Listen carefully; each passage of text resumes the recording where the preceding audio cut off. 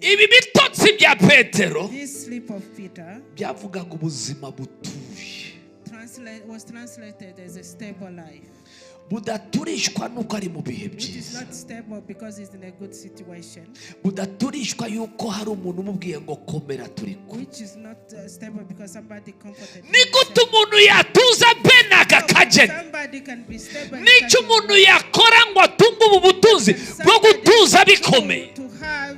Nicyo umurokore yakagize yakitwa? Ni gute yakitwa? Niki yagakoze? Ni gute yagahagaze kugira ngo imiraba nizimusanga?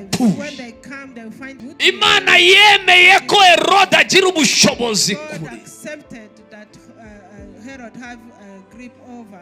Imana yemeye ko Herode afata agakubita akaboha Petero umukiranutsi.